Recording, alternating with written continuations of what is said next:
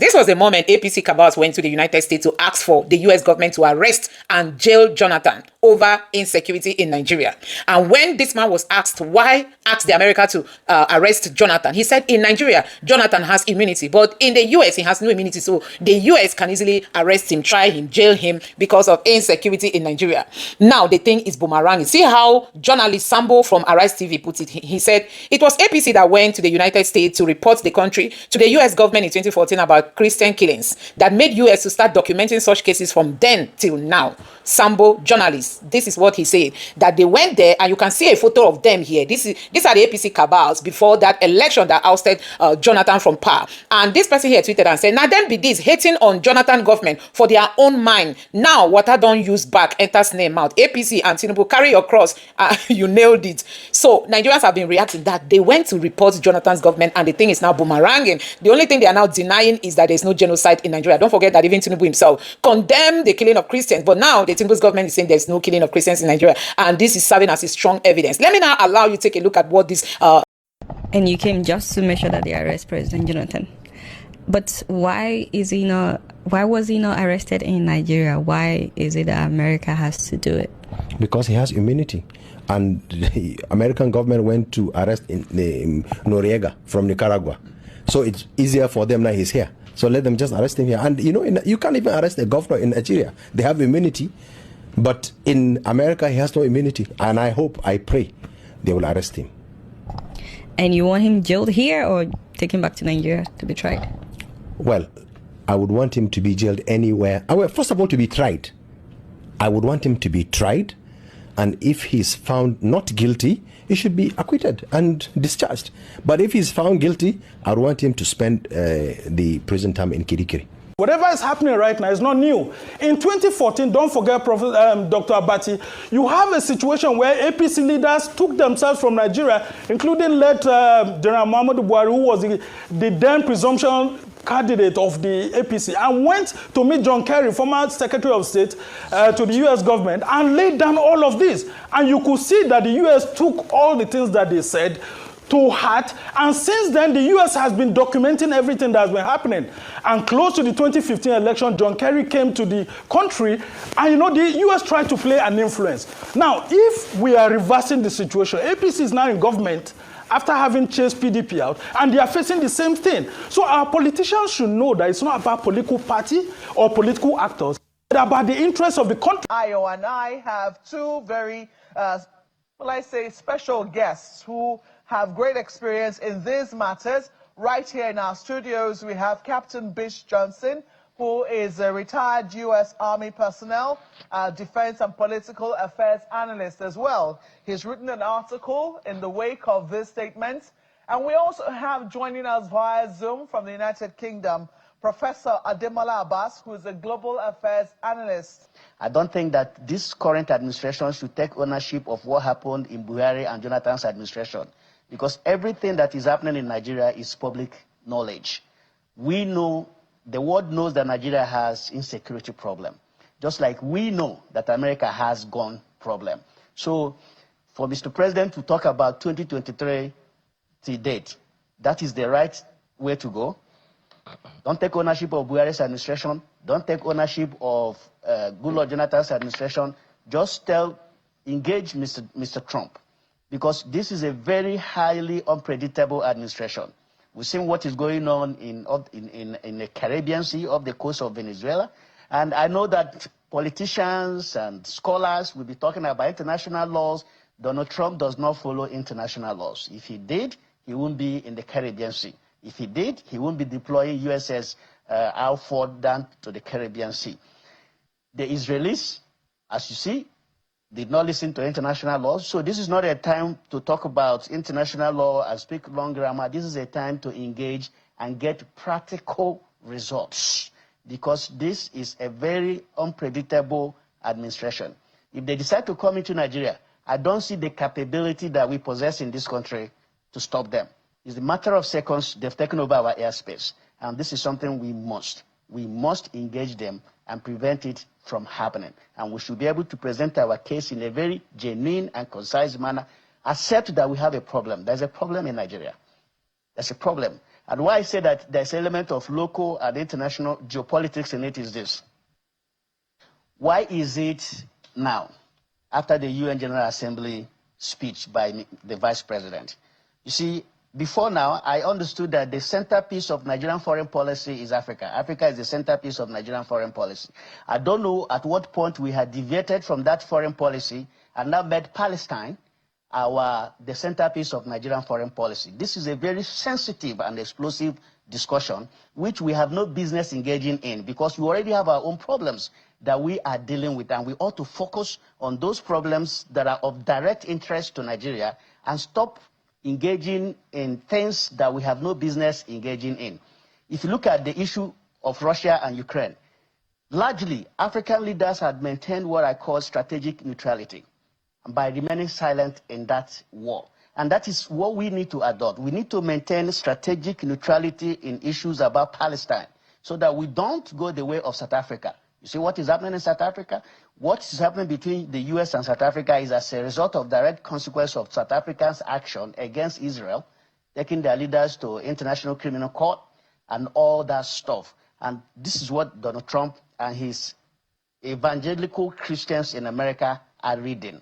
That, look, you have a country, Nigeria, that has been led for about a decade now by Muslim leaders, because you can't take away the fact that Buhari was a Muslim and he was in office for 8 years, and now you have Bola Ahmed Tinubu, who is also a Muslim, who's been in office for 2 years, and for a decade they have not been able to rein in Boko Haram, which is, by the way, an Islamic terrorist organization that emerged in the scene with a declaration that it wants to establish an Islamic state within the sovereign state of Nigeria, where they are going to practice Sharia law. All these things are public notice that the Americans are aware of. And so that is why we must tread with caution.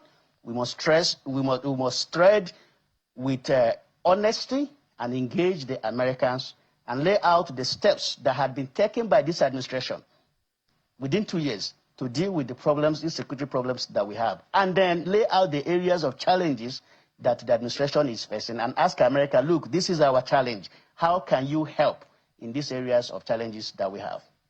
Thank you very much, Captain Bish Johnson. Let me come to Professor Ademola Abbas. I do not know whether you agree with his submissions. I mean, he said quite a number of things. He said that we're dealing with a U.S. that really doesn't regard very much international law, that it should first and ask questions later.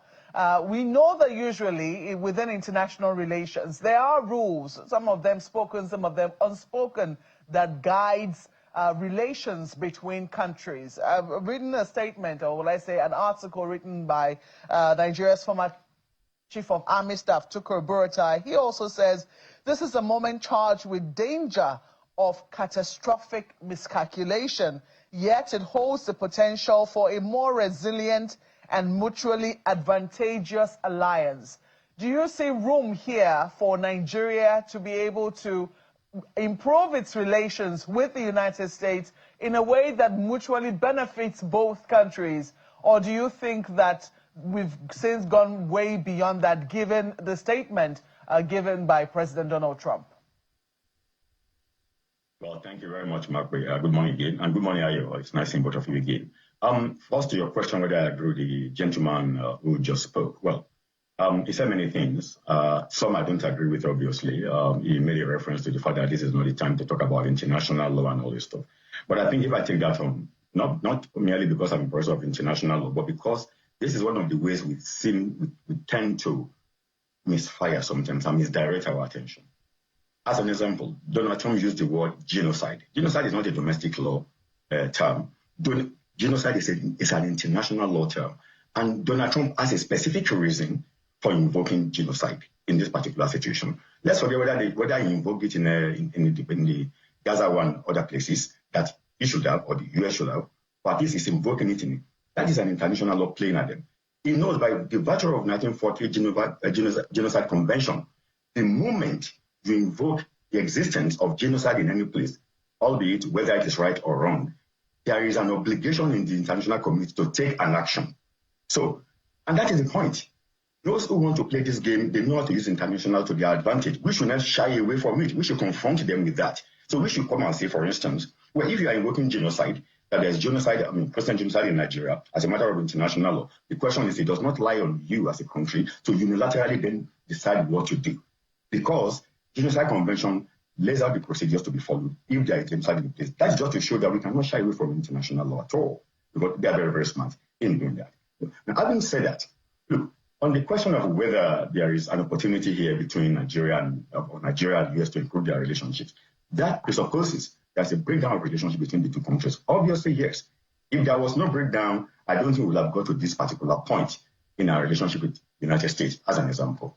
But then we need to take a step back before we get lost in the whole narratives, all this here and there, whatever is flying around. How did we get here, Mark? It's a critical question.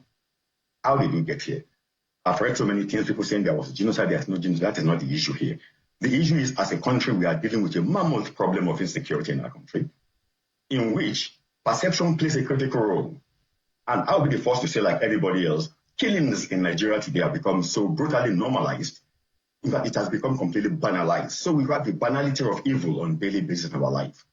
About 3 years ago, some people went to a church in Owo, in Ondo State, and killed so many Christians in a church. In Plateau State today, in Benue State today, part of Nasarawa and so on, a lot of Christians have been killed. But also, a lot of Muslims have been killed too. Bullets do not discriminate between, Muslims and Christians. That is one argument. So today, we don't even need the America to tell us, to designate us as a country of particular concern, CPC, whatever you call it. We should know we are unto ourselves, have become a country of particular concern, or even unto ourselves. We don't need the third party to tell us that. Now, how did we get here? It's a very important question.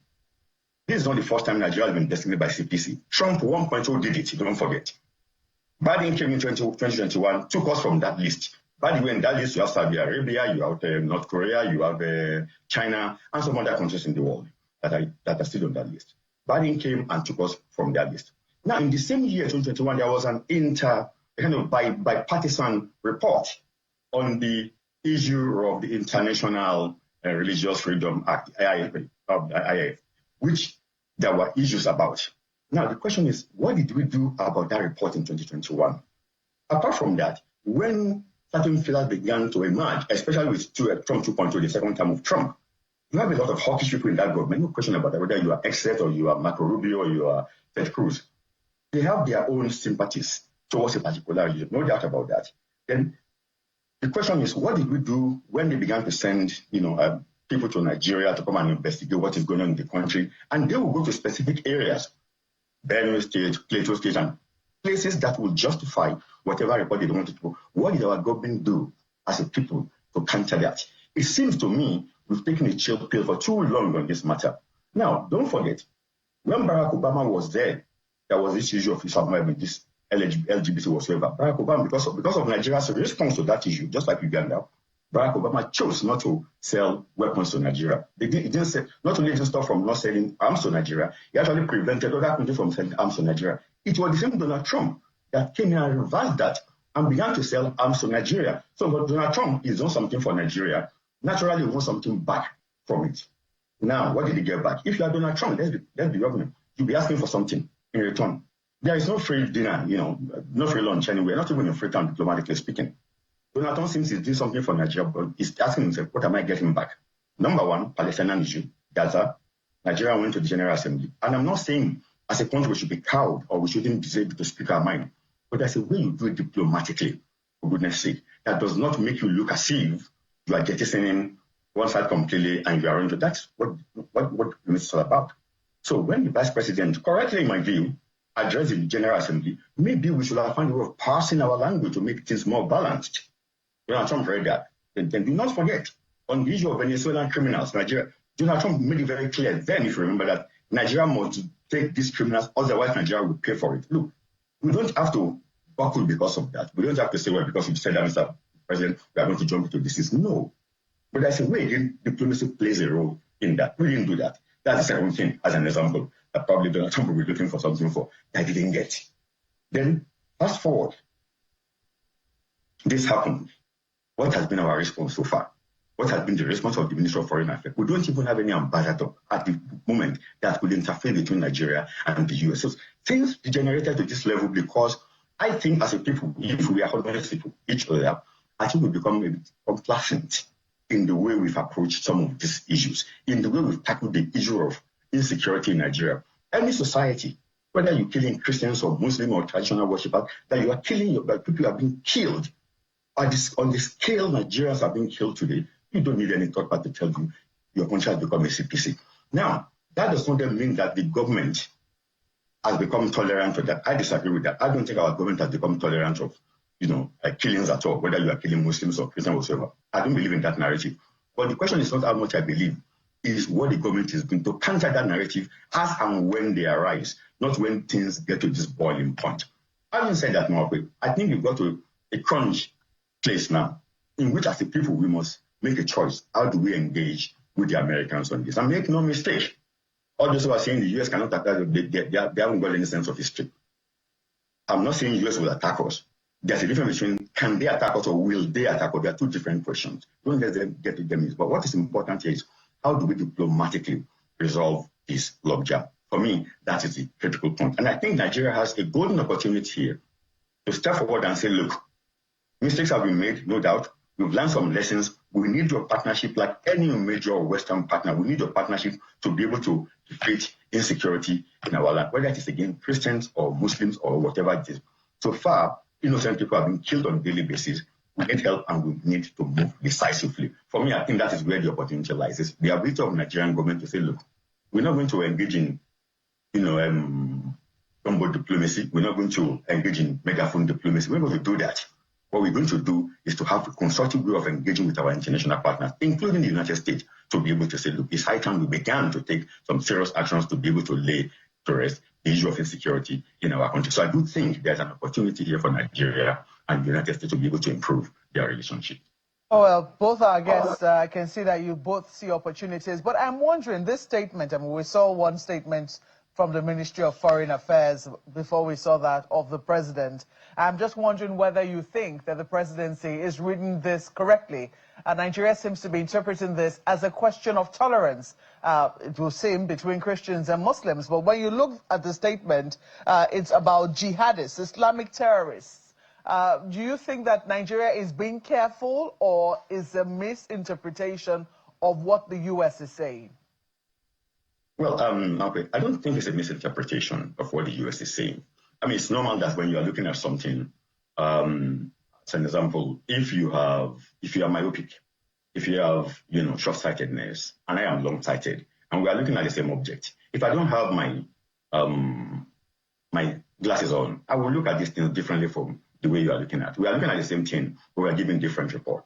Now, it doesn't mean that one is being deliberate in evading what you are, or in reinterpreting what you are saying, or what he is saying from a way that from what you are saying. But what is important, as far as I'm concerned, it's not just a question of whether Nigeria is reading it rightly or wrongly. It's what Nigeria is prepared to do with the core issue here, whether it is a classification of genocide or not. The only thing U.S. is talking about is that Christian lives are being, tampered with in Nigeria, being decimated in Nigeria. You can extend that to say there is no more sanctity of life in Nigeria, whether it's Christian life, Muslim life, pagans life, whatever lives are no longer sacrosanct in our country. And for me, that should be the focus that we should be concerned ourselves in. We won't engage, as an example, in trading wars and with them. For instance, when I read what President Trump said about Nigeria being a disgraced country, some people want to get one with that. That why is it calling our country disgraced? Is it simply because, we've not been able to tackle insecurity? Then if that classification is because of that, there are so many disgraced countries in the world, including the US, that after almost 200-something years has not been able to tackle the issue of gun violence in that country. But when you go on that level with Donald Trump, you're making a mistake. Donald Trump is a president who uses words the way he deems fit. Even his own colleagues in government, he will call them Sleepy Joe, Crooked Hillary, and this and that. The mayor of London here, he used very uncomplimentary terms on him and so on and so forth. So you don't focus on that. That is Trump's personality. That is Trump's character. Don't waste your time on that. Focus on the issue. What is the issue? For me, the salient question is, why are Americans getting this, at this point in time, getting so wound up on what is going on? They've been there for a long time, but you have to be fair. To whom much is given, sometimes a lot more is expected. The U.S. has been a partner of Nigeria. They've trained our military. They've done so many things. They've allowed weapons to be sold to us. And so they have a right to ask. For me, if Trump has said, look, I'm not happy with Nigeria because of the way Nigeria is allowing its people to be killed, that would be more acceptable than to focus only on Christians. Because at the end of the day, as a so-called leader of the freedom world, life should matter to you, whether they are Muslims or they are Christians, whether they are, no matter what they are. At the end of the day, life should matter to you, not just focusing on Christians alone. So I think we should take a step back and ask ourselves a sincere question. From here, how do we go forward? Well, you know, some people would say that wasn't a mistake. That focus on Christians wasn't a mistake. And I think that's where a lot of Nigerians have expressed concern. Sure. Because we're not just more ethnically diverse people, we're also religiously diverse. We know that for many years, we've delicately managed this balance between Christians and Muslims. And those who have said, look, look, in 2023, it was a major issue. The fact that we had a Muslim ticket from the All Progressives Congress, and it was something that the opposing parties tried to, use to demarcate, because we know that traditionally, whenever it is we have a Christian from the South, usually it will be a Christian from the South, you will have a Muslim from the North, or vice versa. But in this instance, the person who was coming from the South was a Muslim, which made it very, very so. We know that this is potentially something that has the power to be combustible in our country. And so some people have said, is it that the United States, with all of its knowledge of Nigeria, is it that they're not aware of this? Or has this been intentional to create some effect in Nigeria, since, some predictions have not come true before now? What was your own reading of that? Well, like I stated earlier, you have to make a distinction between Trump 1.0 and Trump 2.0. 1.0, he had experienced people in foreign affairs and the military. Now he has people who are telling him the things that he wants to hear, not the things that he needs to hear. Now, that's the reason why the statement he made alluded to the fact that Muslims, Islamic terrorist organizations are killing Christians, because he wants to establish the premise of genocide. Because if Muslims are killing their fellow Muslims, it's not genocide. If Christians are killing their fellow Christians, it's not genocide. But when you have this, when you say that Muslims are killing Christians, you are trying to lay a foundation. It is the same foundation that was laid in the issue of South Africa, where they said that ANC-led government, which is predominantly black, were taking lands away from minority white farmers, and in some cases killing them. And we saw what that led: expulsion of South African ambassador from Washington, and imposition of tariffs on some major export products of South Africa. So this is the direction that Donald Trump and his supporters are going. Now, it's not a coincidence that the senator who is, making this argument in Senate is Senator Ted Cruz. Ted Cruz is an evangelical Christian who is from Texas. Texas has one of the largest population of Nigerians, particularly in the Houston area, where you have Sugarland. And these Nigerians are very well read, they are rich, they are doing fantastically well in America, and some of them, a lot of them are conservatives that contribute to Ted Cruz's campaign, and they are his friends. He hears from them. So we will be making a mistake if we think that they don't know exactly what is happening in Nigeria. They know exactly what is happening in Nigeria.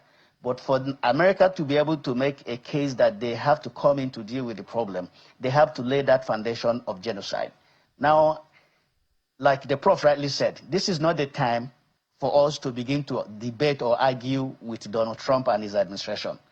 As I said earlier, it's an opportunity for us to reset the relationship button between Nigeria and the U.S., which, by the way, has been going sour for some time now, starting from the administration of Barack Obama. We see U.S. presidents visiting Africa, and they don't visit Nigeria, the most populous country in Africa, and supposedly the giant of Africa. There's a reason for that. And so this is an opportunity for us to reset that button. And this current administration has that solemn opportunity to reset that button, because he can make the case, as he is making, that, look, I have only been in office for 2 years. And this is what I have achieved within the 2 years that I have been in office. And these are the challenges that we have. We are willing and ready to work with you to deal with those challenges as a guest going to take on Donald Trump and his administration. if we go that direction, the outcome will be disastrous. We don't want that, so we need to be very, very diplomatic and strategic. And I have to say this.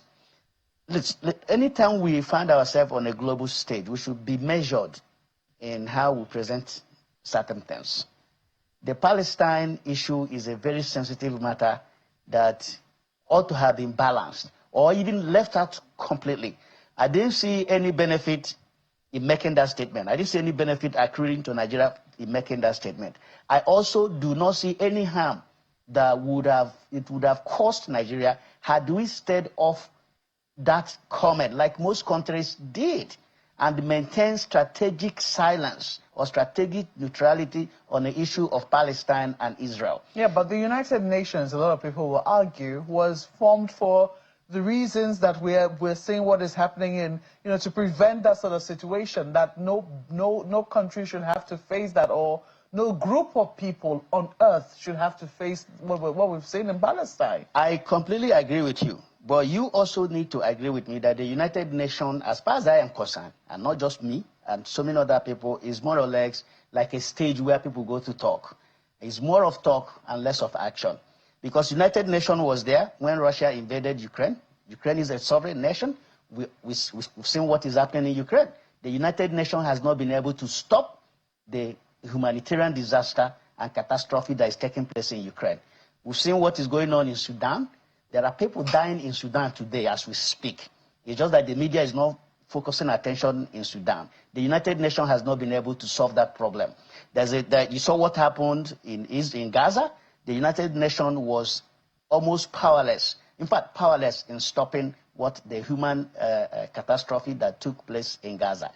So, as much as we recognize the existence of the United Nations, we should also be practical and strategic in the way we present our case, knowing that, look, some of all these superpowers wielding veto powers, and considering the structure of the United Nations, that, look, because United Nations is one of the most undemocratic institutions in the world.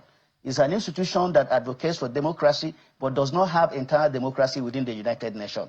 Because a situation where one nation, one country, we just override the decision of 120-something nations is not democratic.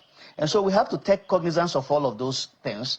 When we present our case, we must be more measured and more balanced in how we present our case. And if we are going to present any case at all, that case must have a direct interest for the benefit of Nigeria and Nigerians. If it doesn't have that direct interest, maybe we shouldn't even go there if it's such a sensitive and toxic matter. Okay. I know Ayo has questions for you, gentlemen. Ayo, over to you. Thank you, Malkwe.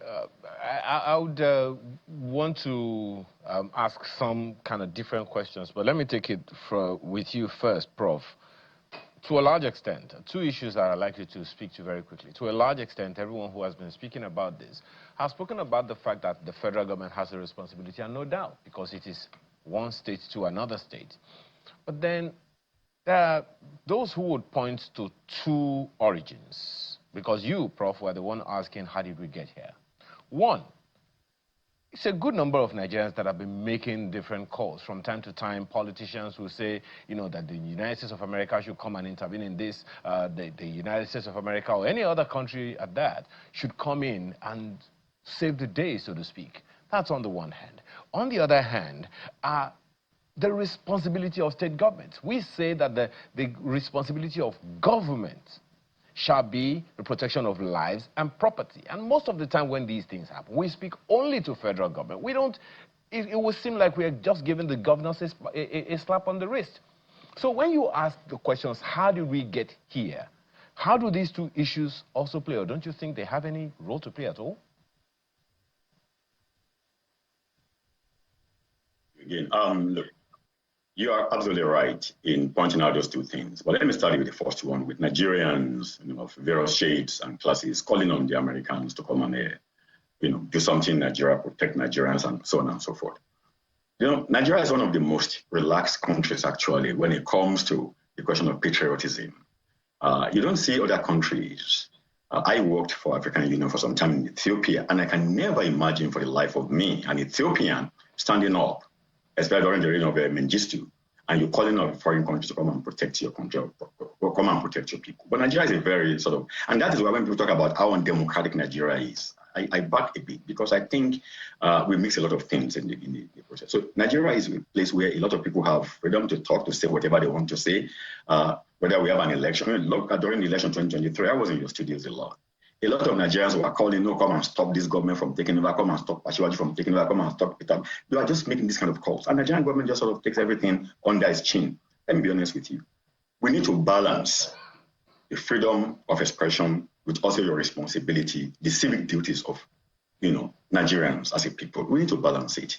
I'll just sort of remember what I think was Tinubu Apc said in Uganda very jocularly at a point in time. He said, look, he said, in this country, we have no problem with your freedom of expression. It is freedom after it that we are concerned with. He was the president.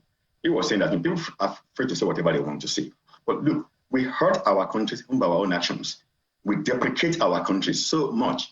And I keep on pointing to some examples. What happened in the U.S. in January 2020, the invasion of the Capitol, which is supposed to be the seat of, the iconic seat of democracy in the world. Before our very eyes, the Americans turned the narrative into, they are tourists. That came from Donald Trump himself, that they were tourists who visited the Capitol, and they were people who were insurrectionists at the end of the day. Fast forward, last year, the election that brought in Donald Trump, we saw Elon Musk freely distributing money in some, states in America. I'm not talking about distributing money, cash for people to go and vote. You never saw at that point in time the American media saying it was vote buying, it was this. So we are quick to deprecate ourselves as a people. And that is, just as you said, you have a lot of Nigerians calling on Americans. Government must find a way of balancing this kind of thing and say, look, we have a responsibility to ourselves as a people. Whenever anything happens, we don't have to keep on jumping and calling, foreigners to come and intervene. But then the question you must ask yourself as a government before you do that is, are you doing enough to give people the confidence for them to rely on your effort and not to invite international actors or third party or third state actors? That's a very important question that you need to ask. But the question is the second one. Look, anytime we talk about federalism in Nigeria, I don't know what to say, because what we have in Nigeria today is not really a federal system. State governments today are just like Boy Scouts as far as I'm concerned. They're just like appendages of the federal government.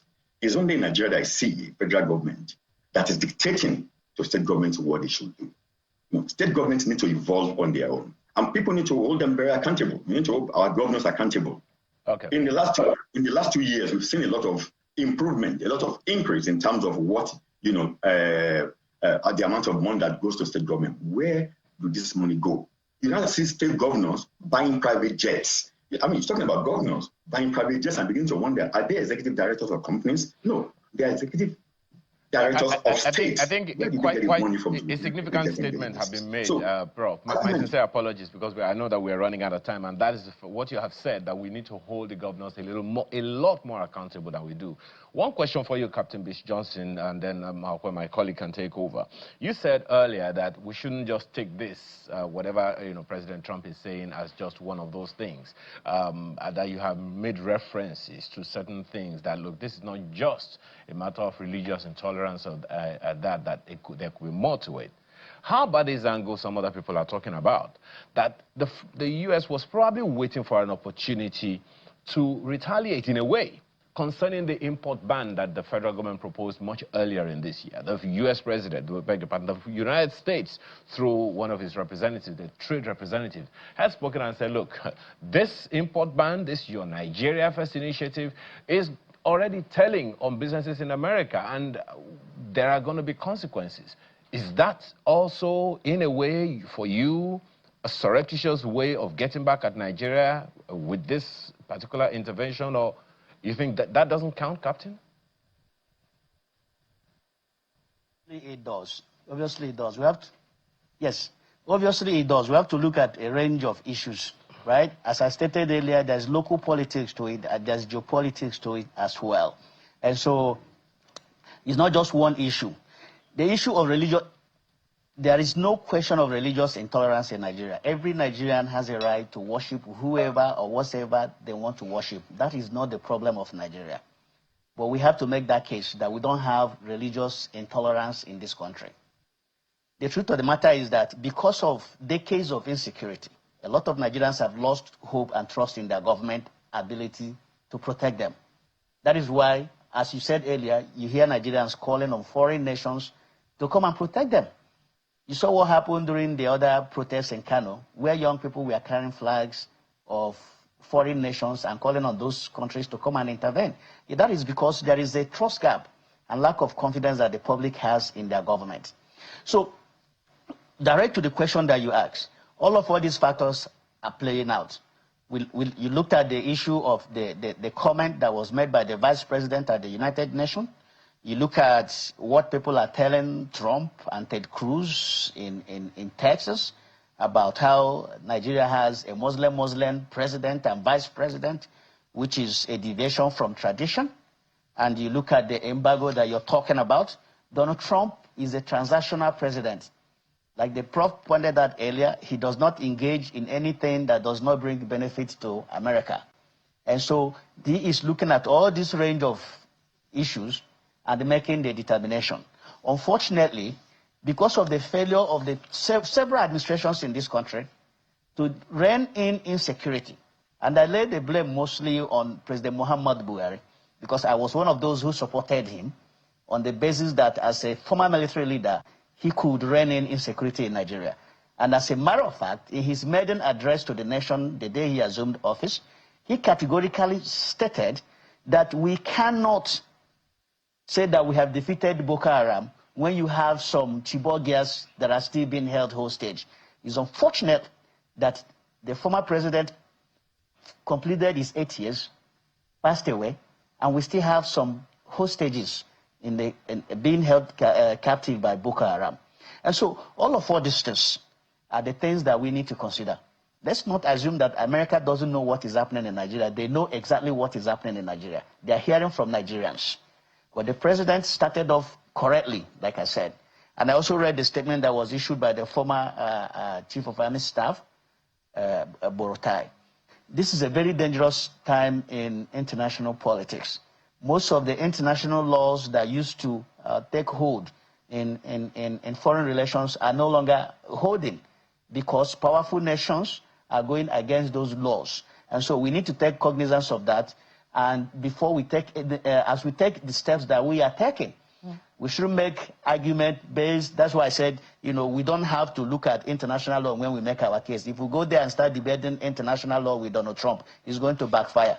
We need to go there and tell Donald Trump, look, the only reason why Donald Trump invoked genocide is because he wants to lay a premise for him to be able to come into Nigeria.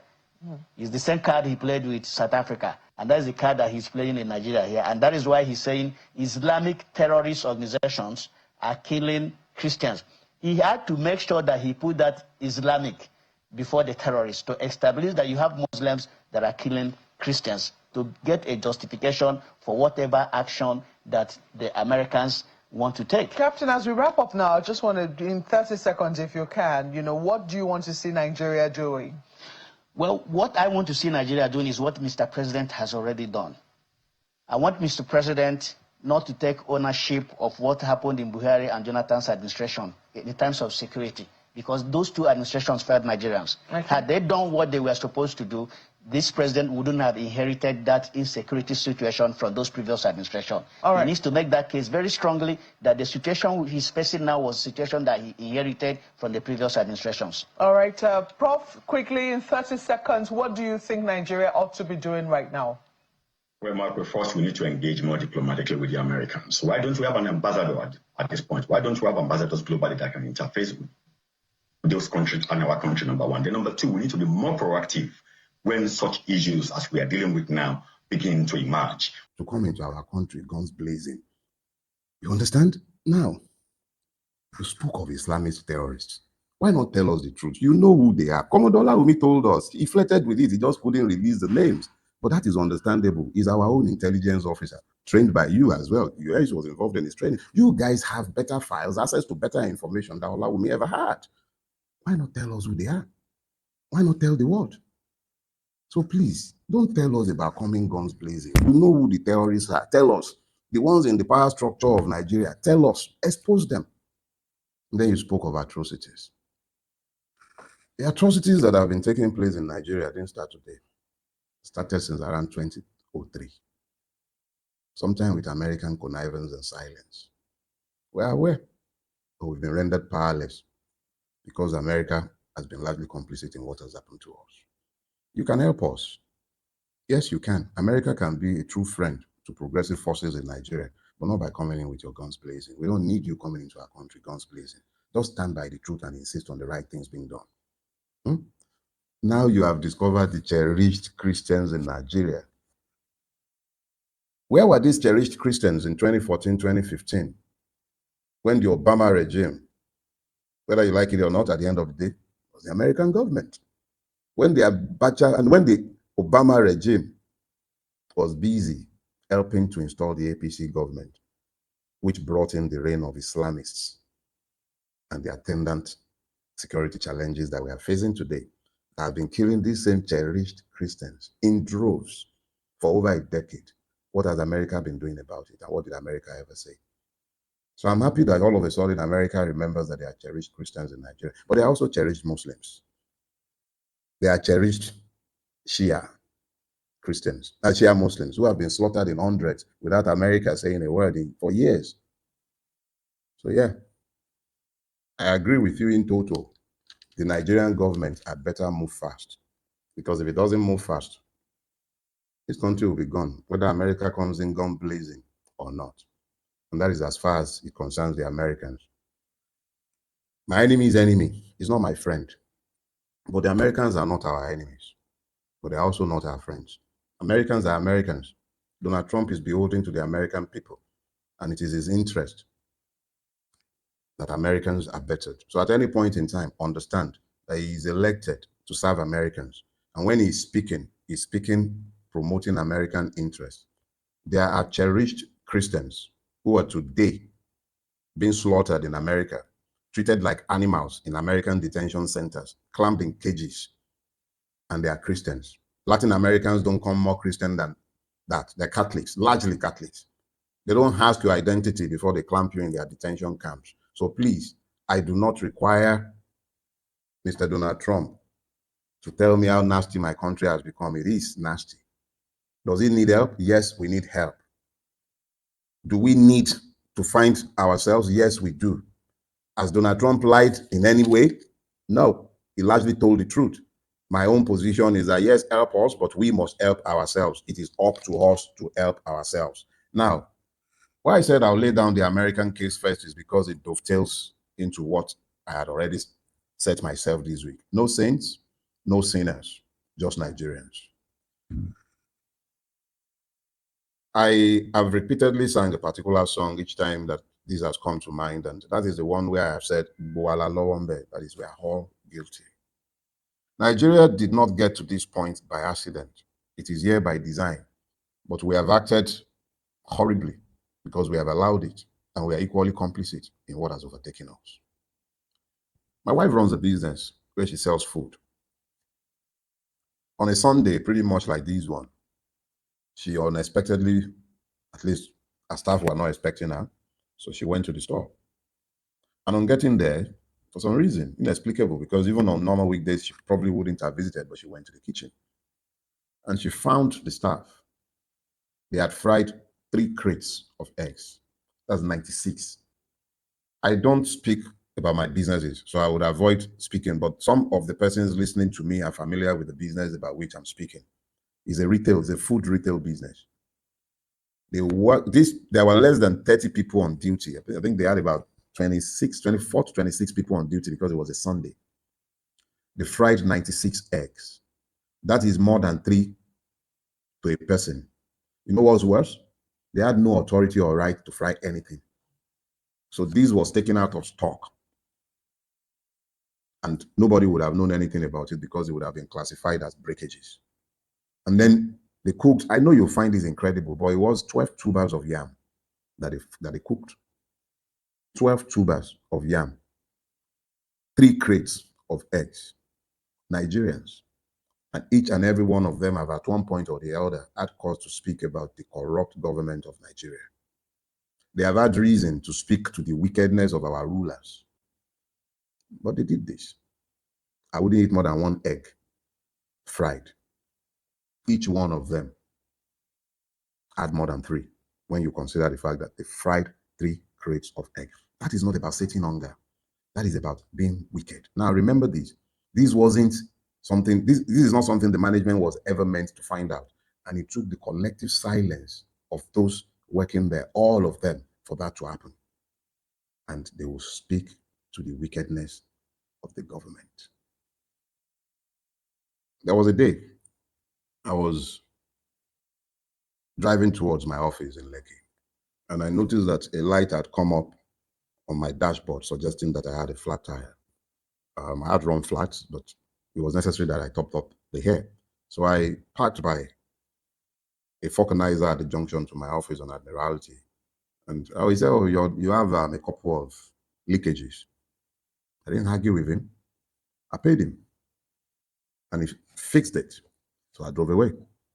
And then I got back home, and in the following morning, the driver called my attention to the fact that when he was cleaning the car and he started it earlier on, he noticed that the light was on. The tire light was on again. And this was Monday now, so I asked him to take the tire to the Dunlop Center close to my house. And he went there.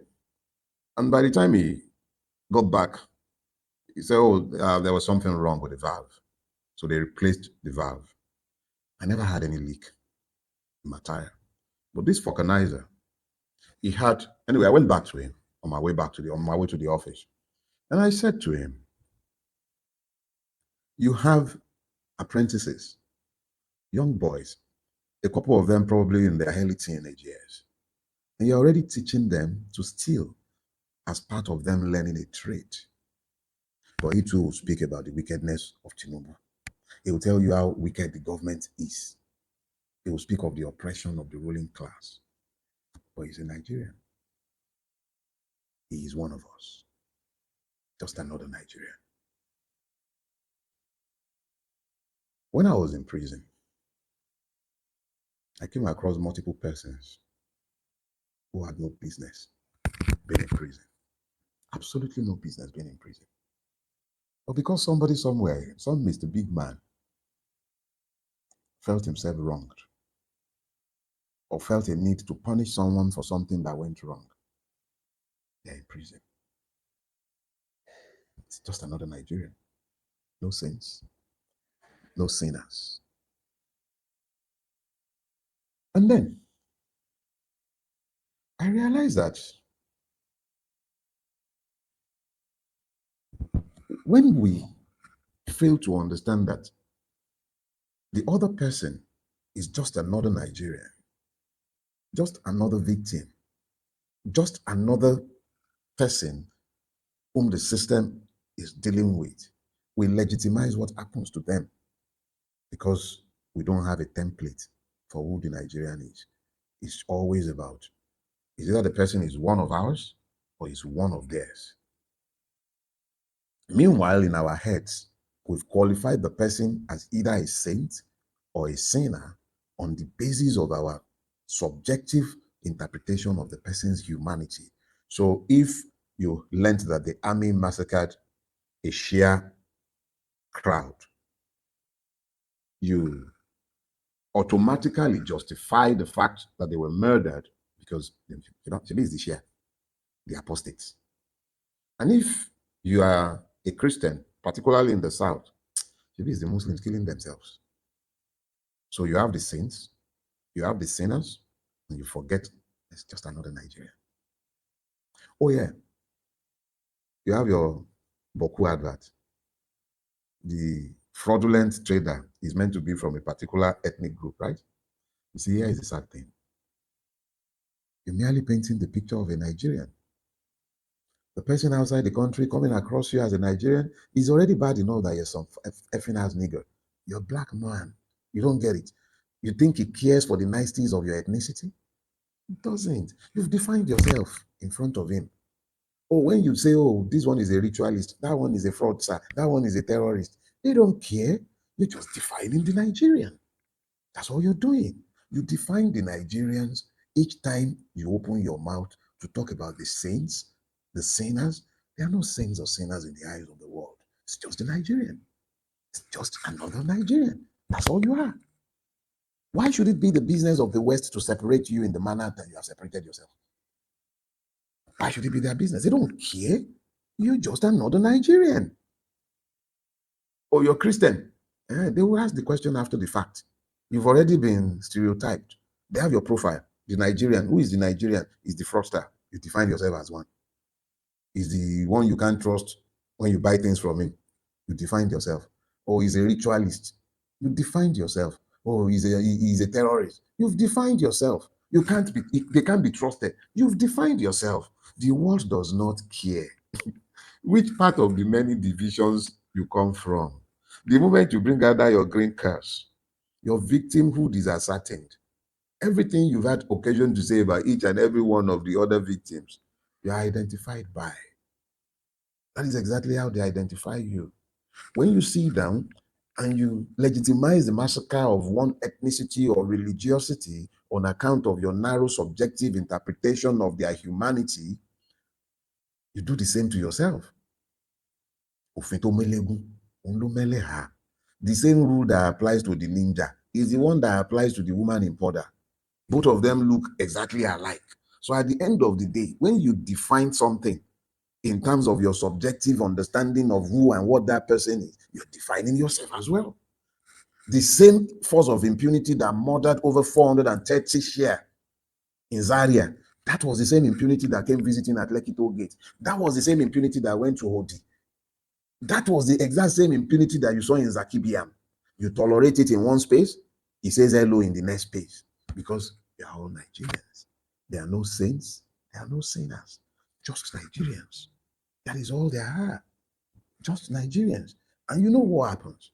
Because we fail to understand that it's just Nigerians, we've taken away the place of individual accountability. When you're busy pointing fingers at the government, what are you pointing at yourself? Is it just Tinubu? What about you? What about you in your private space? What do you do? What about you? Look at the society. We've become acculturated to madness. That didn't happen just because our rulers are evil. It happened because we permitted it, we explained it, we normalized it. That's why it's happening to us. We think we are exempt because we are this, because you are Yoruba, you are Fulani, you are Igbo, you are this, you are that. It doesn't exempt you. Don't worry, it will come to you eventually. What you legitimize in relation to one becomes normalized in relation to all. Eventually, it will come your way. Eventually. Look, Nigeria is the way it is by design because it has never been owned by Nigerians. If it's ever going to change, it will be because Nigerians owned it. And Nigerians cannot own it if there are no Nigerians. You've divided yourselves and we have no common cause. I am not unmindful of the persons who've been asking about the ICE platform. Don't worry, you would have more access to that platform this week. I'm driving towards that. Don't worry yourselves. There are systemic issues. These things are by design.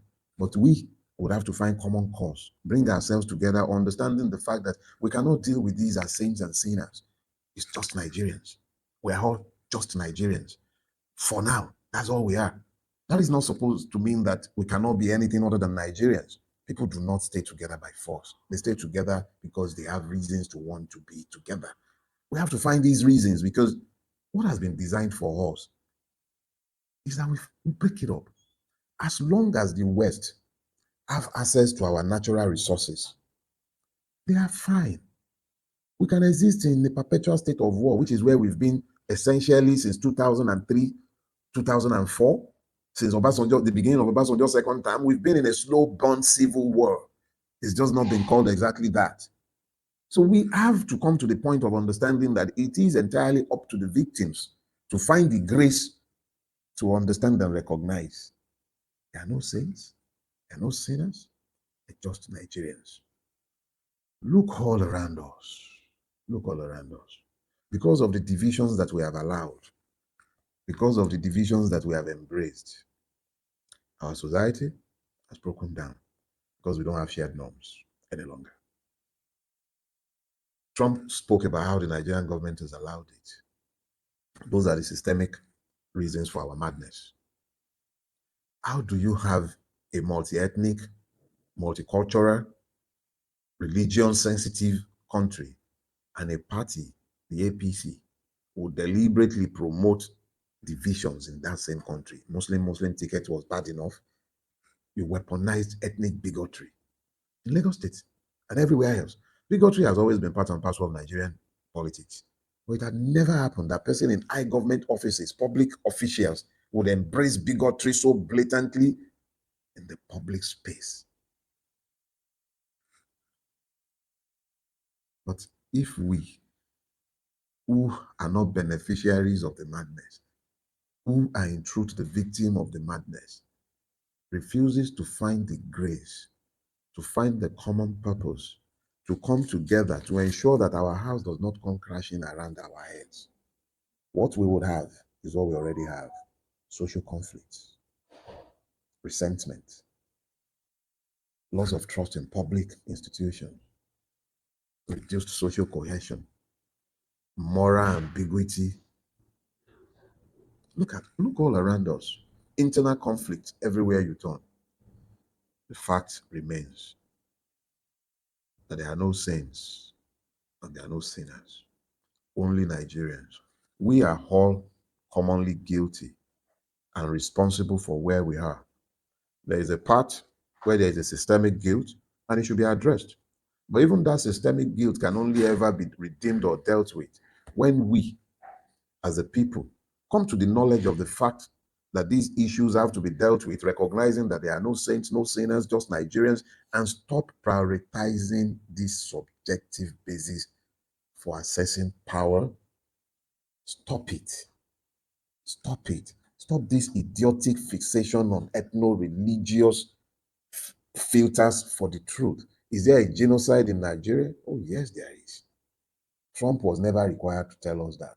That Trump has to come into Nigeria to be telling us what we already know. And then we are still debating that. It's because we've all subjectivized the truth. That Muslims are also being killed is the truth. But it does not invalidate the earlier truth or the other truth. There is a genocide going on against the Christians in northern Nigeria. That is a fact. That 116 villages and settlements in the plateau have been overtaken by terrorists of Fulani stock, who have been allowed to settle and take over these villages as though they are Nigerians, even when they are not. These are facts. So the question of there being a genocide should no longer be an argument if we care about our shared humanity. There are no saints. There are no sinners. There are only Nigerians. The Shia are Nigerians. Those murdered at Lekki were Nigerians. Odi, they are Nigerians. The people being killed across the length and breadth of northern Nigeria and the Middle Belt are Nigerians. That they are Christians, they are from minority ethnic groups, does not dehumanize them, and it does not render them less human. If we would all tell ourselves this basic truth, we would not argue about the fact that there is a genocide. If we would all tell ourselves the truth, we would not argue that the Nigerian government has allowed and has continued to allow this. We will not argue about the complicity of the average person in government in what is happening. The lies, the suppression of the truth points to the complicity. These are truths we must tell ourselves. It is up to us to solve our problems. Now, there are two things I need to say as I come to a close. Randy Akapita is still doing his work. Support what he's doing. But beyond that, the ICE platform and the links to it will be published before the end of this week on all my social media platforms. It's not something I'm looking to control. It's something I'm looking to give all of you. In the first place, all our politics, this gentleman has been something of a very interesting species, maybe in our APC, but I don't know. Even if my enemy brings a good idea, I'm happy to embrace the good idea. So even a USA project, we thank God. But as far as I'm concerned, they are Nigerians. Own your thing.